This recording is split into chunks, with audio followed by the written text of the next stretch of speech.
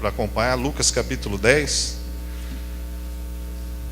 Vamos ver o que Deus quer falar conosco sobre a sua misericórdia hoje, sobre caridade, sobre tudo que já foi falado pelo jeito de manhã, agora, né? Deus usando a irmã Patrícia no seu testemunho, e creio que vai falar um pouco mais agora também na palavra, né? Lucas 10, versículo 25 em diante.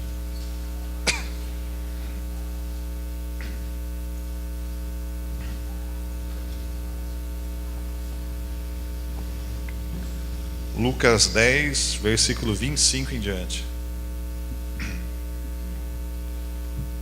Fala assim. Amém, irmãos? Conseguiram achar? Glória a Deus. Lucas 10, versículo 25. Inclusive, dia 18 foi dia do médico, né? Dia 18 de outubro foi dia do médico. E Lucas era um médico grego, que foi discípulo, né, de Paulo.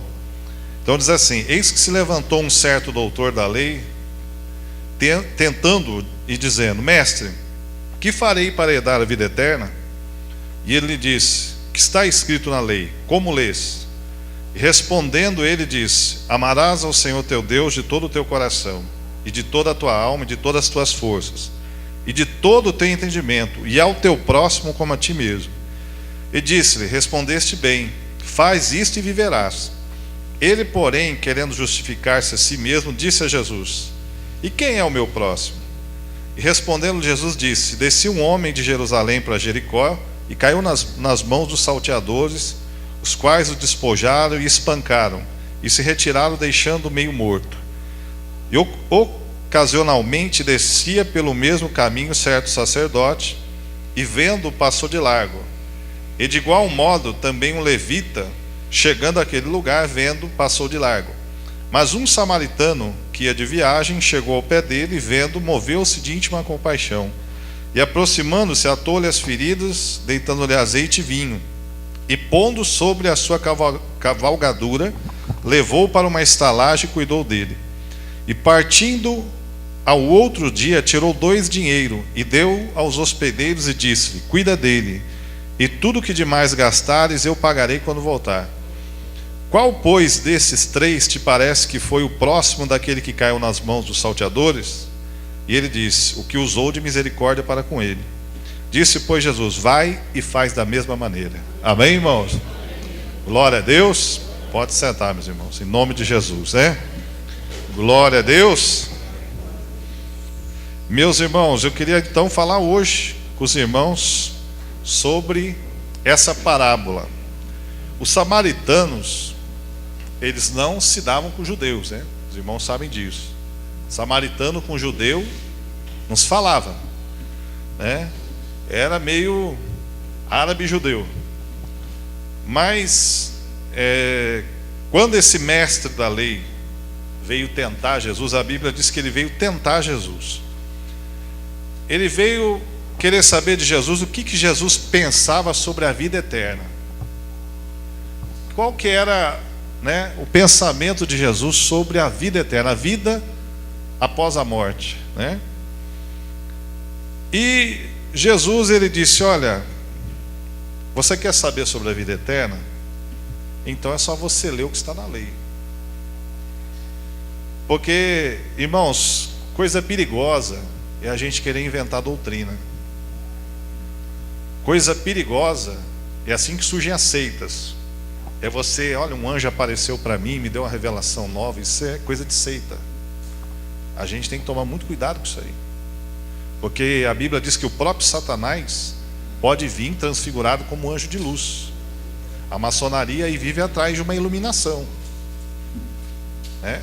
O Gadu lá deles, que é o grande arquiteto do universo, para eles é isso, atingir uma iluminação. Então nem tudo que é luz vem da parte de Deus, e a gente tem que tomar cuidado com isso aí, porque toda pergunta que te fizerem sobre salvação, você tem que responder dentro da palavra de Deus. Amém? Tudo que te perguntarem sobre assuntos como esse, salvação, né, sobre arrependimento, nós temos que ter por base o quê? A palavra de Deus. Por que Jesus nunca conseguiram envergonhar ele? Porque apesar de Jesus ter um posicionamento diferente com relação à lei, ele não ignorava a lei. Ele só interpretava a lei de uma forma espiritual. Ele chegava e dizia: o que está escrito na lei? Quando chegaram para ele querendo apedrejar a mulher que adulterou, Jesus falou assim: olha, não vai fazer isso não, porque eu mudei a lei. Não, a partir de agora a lei é diferente. Não, vocês não vão fazer isso agora não, porque eu criei uma nova lei. Não. Ele disse assim para ele: bom, disse para eles: o que está escrito? Tem que apedrejar. Então tá bom, mas atire a primeira pedra aquele que nunca pecou.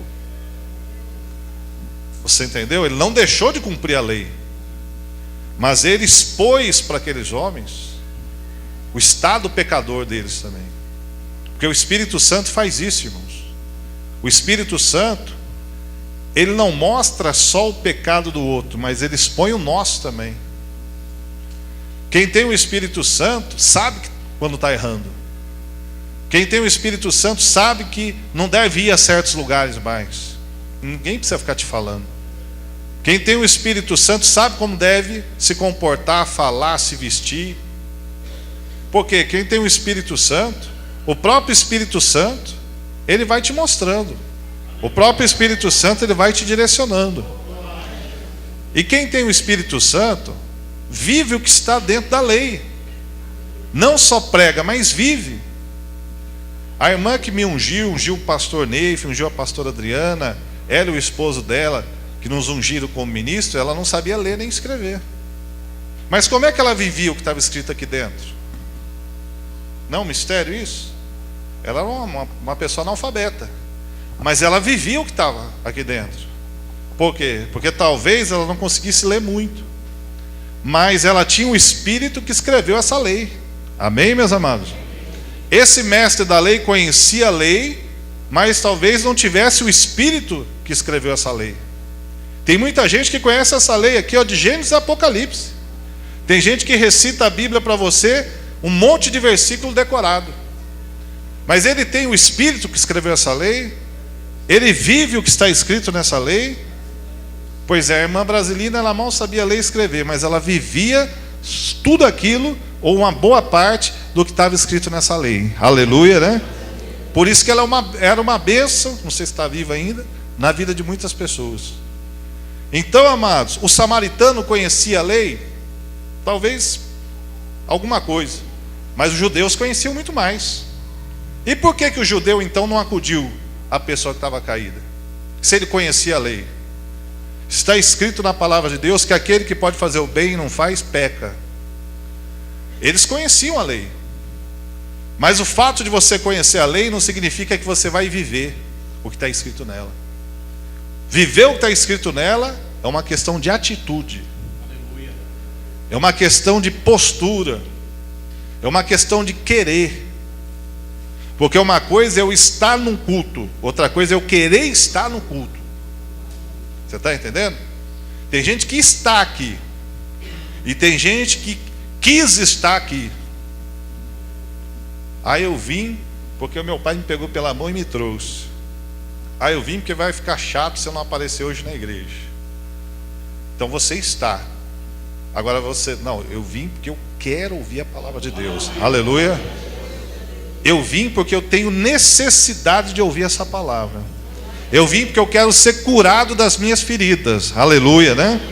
Eu vim porque eu preciso, né, alimentar o meu espírito. Do mesmo jeito que eu alimento o meu corpo, a fé vem pelo ouvir a palavra. Então eu preciso alimentar o meu espírito. Então, amados, essa é a diferença. Essa foi a grande diferença desse samaritano para aqueles outros que passaram na rua e viram o rapaz caído lá. Porque, irmãos, esses salteadores que espancaram esse rapaz, eles espancaram e deixaram ele, a Bíblia diz, quase morto. Se nós trouxermos para a nossa realidade, quanta gente que está aí quase morta? Talvez não foi espancado por um grupo de ladrões, mas a pessoa está lá, espiritualmente quase morta, espiritualmente está destruído, né? No seu psicológico está arrebentado. Mas muita gente passa e finge que não vê, né? Eu estava até conversando agora com o pastor Maurício, a gente estava conversando sobre isso, né? Existe uma diferença entre dirigente de igreja e pastor. Dirigente de igreja tem um monte, mas quantos realmente se preocupam em ir lá e saber por que o fulano está quase morrendo? Quantos realmente têm essa preocupação? Ou a gente passa reto? Isso aí já saiu da igreja, não é mais minha preocupação, né? Eu também fazer o quê, né? Eu falei, mas agora está desse jeito, que se lasque agora, que se vire. Mas não é isso que Jesus quer de nós, irmãos. Jesus quer que a gente faça a diferença. Aleluia, irmãos. A gente passar e falar cada um por si, isso todo mundo faz. Jesus falou que se a nossa justiça não exceder a dos fariseus, nós somos igual a eles, né? Então, queridos, veja só, aqui eu vejo três situações diferentes. Uma é um mestre da lei querendo tentar Jesus, para ver se ele respondia alguma coisa errada. A outra é Jesus mostrando para ele que a resposta está na palavra. E eu quero que você repita assim: a resposta está sempre na palavra. Jesus, que é Jesus, não falou coisa da cabeça dele. Cuidado com gente que fica falando coisa da cabeça. A resposta é bíblica. A resposta tem que estar na palavra. Mesmo se alguém chegar dizendo para você que é Deus que está falando, você tem que ser como os irmãos de Bereia. Deixa eu ver se tem base na Bíblia isso que está sendo falado. Deixa eu ver se essa revelação bate com o que está escrito na Bíblia. Porque Jesus falou assim: você quer saber como é que você vai fazer para ter a vida eterna? Lê o que está escrito. E, irmãos, muita gente perece porque não lê o que está escrito. Muita gente se dá mal porque não lê o que está escrito. Pastor, como é que eu devo agir dentro da minha casa com a minha esposa? Leia o que está escrito. Pastor, como é que eu devo fazer se eu estou assim, numa situação assim, assim, assim? Leia o que está escrito. Quando você começa a ler o que está escrito, o próprio Espírito Santo vai te mostrando. Amém, meus irmãos? Aí ele disse assim: mas eu sei o que está escrito. Eu já li isso muitas vezes. É o mestre da lei. Jesus não estava falando com uma pessoa que não conhecia. Ele disse: eu sei o que está escrito. Então Jesus disse: e o que está escrito? Aí disse: amarás ao Senhor teu Deus com todo o teu coração, toda a tua alma e todas as tuas forças, e todo o teu entendimento, e amarás ao teu próximo como a ti mesmo. Você viu a diferença do que conhece e do que pratica? Tem muita gente que conhece, mas quantos estão praticando? Ele conhecia, ele falou assim: não, eu conheço isso aí, é assim, assim, assim. E como a irmã falou aqui, irmãos, por que a gente conhece então e não pratica? Por que a gente conhece então e não põe em prática? Essa é a diferença, Porque ele disse: olha, você ama o teu Deus de todo o teu coração. Coração tem a ver com sentimento, com a tua alma, Então a gente tem que amar Deus com os nossos sentimentos. Claro, a gente não é um robô, nós somos seres humanos. Então tem alguns que vão se emocionar mais, outros que vão se emocionar menos. Um irmão vai chorar, o outro não vai. Um vai rir, o outro vai sapatear. Não tem problema. Nós temos que amar Deus de toda a nossa alma, de todo o nosso coração, com todas as nossas forças. Então veja, irmãos, que a gente também tem que ter forças para a gente seguir a Deus. O inimigo muitas vezes quer tirar nossas forças. O inimigo quer te cansar, o inimigo quer te sugar. Mas há uma palavra na Bíblia que diz que aqueles que esperam no Senhor renovarão as suas forças. Aleluia. Então eu quero dizer para você hoje que Jesus está renovando as tuas forças hoje. Aleluia, né? E veja só a parte final: de todo o teu entendimento. A gente tem que ter entendimento para adorar a Deus. Entendeu, irmãos? A gente tem que ter entendimento. Porque tem gente que não sabe nem o que está fazendo. Tem gente que vai na onda do outro. O outro fez, eu estou indo fazer. Nós temos que ter entendimento. Quando nós temos entendimento, a gente não cai em qualquer engodo. A gente não cai, né, em armadilhas espirituais que às vezes são lançadas no caminho da gente. A gente tem que tomar muito cuidado, porque tudo que a palavra de Deus ela expõe para a gente é Deus querendo falar conosco. Agora a gente tem que tomar muito cuidado. Aquilo que não está dentro da palavra, aquilo que é feito às escondidas. Eu tive uma experiência muitos anos atrás. Tinha um rapaz que trabalhava comigo e ele tinha uma bronca assim de evangélico, ele tinha uma bronca de pastor, e a gente conversava, mas se fosse entrar nesses assuntos era uma situação muito complicada. E aí ele falou, mas um dia eu sentei com ele e perguntei, mas o que aconteceu com você? Aconteceu alguma coisa? E aí olha só o perigo, né, irmãos? Começaram a fazer um culto numa casa, não sei se com autorização de alguém ou não. E aí tinha um tal de um profeta lá que chamava as pessoas em particular num quarto para revelar. Então, né, como se fosse um mandiná lá, um negócio assim, né? Vamos lá então aí, ó, vai ter uma revelação para você, tem uma para você, tem uma para você, tem uma para você. E o povo quase não gosta disso, né? Então, só que era no quarto em particular. Aí ele disse, sabe o que aconteceu? Escândalo, abuso, né? Pegou dinheiro emprestado dos outros, sumiu. O tal do profeta que atendia nos quartos em particular. Um sujeito não queria nem ouvir falar de crente na frente dele. Aí eu disse para ele, mas você não pode generalizar, isso foi falta de entendimento. Falta de vocês lerem a Bíblia, falta de alguém orientar vocês, falta de vocês ver que a palavra de Deus não nos autoriza a fazer isso. Tudo que é de Deus, irmão, é às claras. Tudo que é de Deus tem que ser às claras. Deus não faz nada escondido. Por isso que eu creio que Deus não está em sociedade secreta. Por isso que Deus não está em coisa oculta. O diabo faz as coisas em oculto, Deus faz as coisas às claras. Aleluia. Então fala para o seu irmão assim, tudo que é de Deus é às claras, irmão. Amém? Jesus falou, leia a palavra. Quer saber sobre vida eterna? Leia a palavra. Ah, então eu tenho que amar a Deus. Tem que amar a Deus. E o próximo? O próximo também. Porque a gente falar que a gente ama a Deus é mais fácil, né? Porque a gente não vê. A gente não vê. A gente não toca. Mas quando diz amar o próximo como a ti mesmo.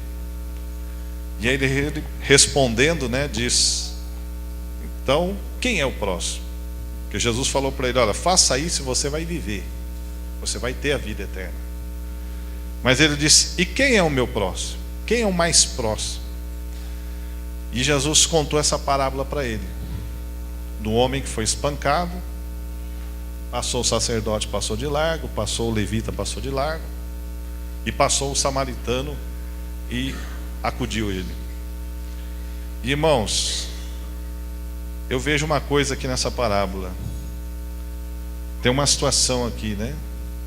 Os ladrões, eles querem roubar o que você tem, né? Então, tem muita gente que infelizmente age como esses salteadores. Eles querem destruir o que você tem. É o invejoso, né? Não é o cobiçoso. O que cobiça, ele quer o que você tem. O invejoso, ele quer destruir o que você tem. Ele não quer nem o que você tem, ele quer destruir. Quando tinham inveja de Isaac, eles não queriam um poço igual ao dele, eles queriam jogar lixo no poço dele. Eu vejo esses ladrões como isso. Aquele que quer tomar o que você tem e te deixar arrebentado. Depois eu vejo um sacerdote e um levita, tipo assim, o que você tem fica com você, o que a gente tem fica conosco. Cada um na sua, você fica aí do seu jeito e a gente fica no nosso. Não me envolvo. E eu creio que também Deus não se agrada com quem não tem posicionamento, com quem é em cima de muro, com quem não se envolve. Então, se Deus se desagrada com o invejoso que quer destruir, se desagrada com o covarde que fica em cima do muro também.